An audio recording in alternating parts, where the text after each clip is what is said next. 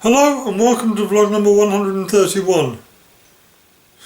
This week I had a couple of hospital appointments.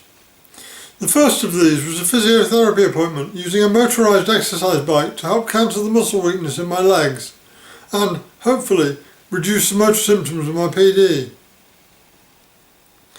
If you want to know more about forced exercise for PD, take a look at vlog number 67.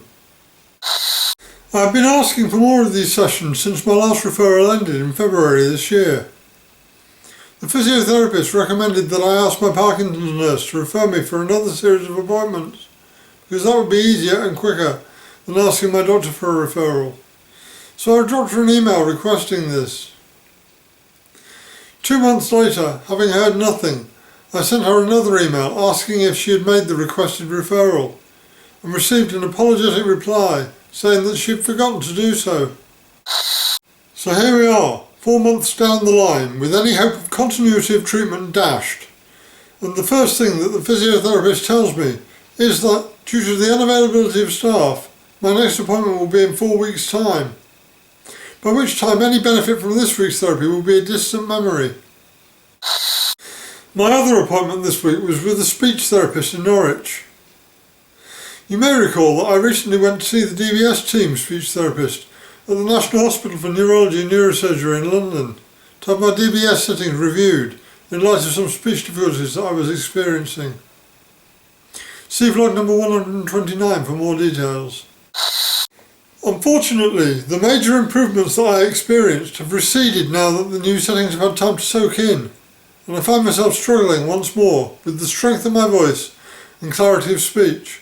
So I expect that I'll be going back to see the DBS team in London sooner rather than later. In the meantime, the speech therapist in Norwich is trying to assist me by suggesting strategies for projecting my voice and exaggerating enunciation to promote clarity of speech. Last week I had an appointment with my Norfolk neurologist and I talked about this in vlog number 130. This week I have received a copy of the letter that the neurologist sent to my doctor to keep him in the loop regarding this appointment. And the content of that letter contains so many inaccuracies in just 5 very short paragraphs, and I'm torn between simply ignoring it or writing him a snotty reply setting him straight. Apparently I have a 3-year history of Parkinson's disease, in which case I underwent deep brain stimulation surgery before I was diagnosed. In fact, my PD was diagnosed in 2011, but misdiagnosed in the mid-1990s, so rather more than the 3-year history. He goes on to say that I was a participant of the clinical trial of exenatide, and that, following the trial, my treatment was stopped. Where do I start? I was never a participant of the trial, but I had asked him to prescribe exenatide for me, given the positive outcome of it. His request to the clinical commissioning group was denied, and the reason for that denial was given as insufficient evidence of benefit. He then mentions our discussion about cannabis and states, I promised him that I will ask the chairman of the Treatment and Medical Committee what other options there are for him. Incorrect!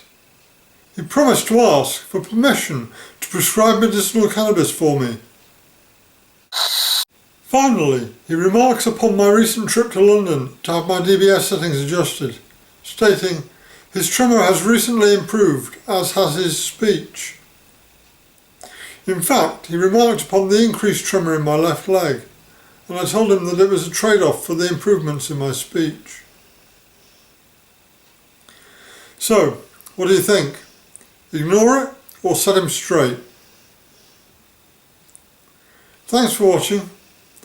If you have any questions or have a topic that you'd like me to cover in future vlogs, just leave me a message in the comments and I'll do my best to respond. Have a great week. See you next Friday.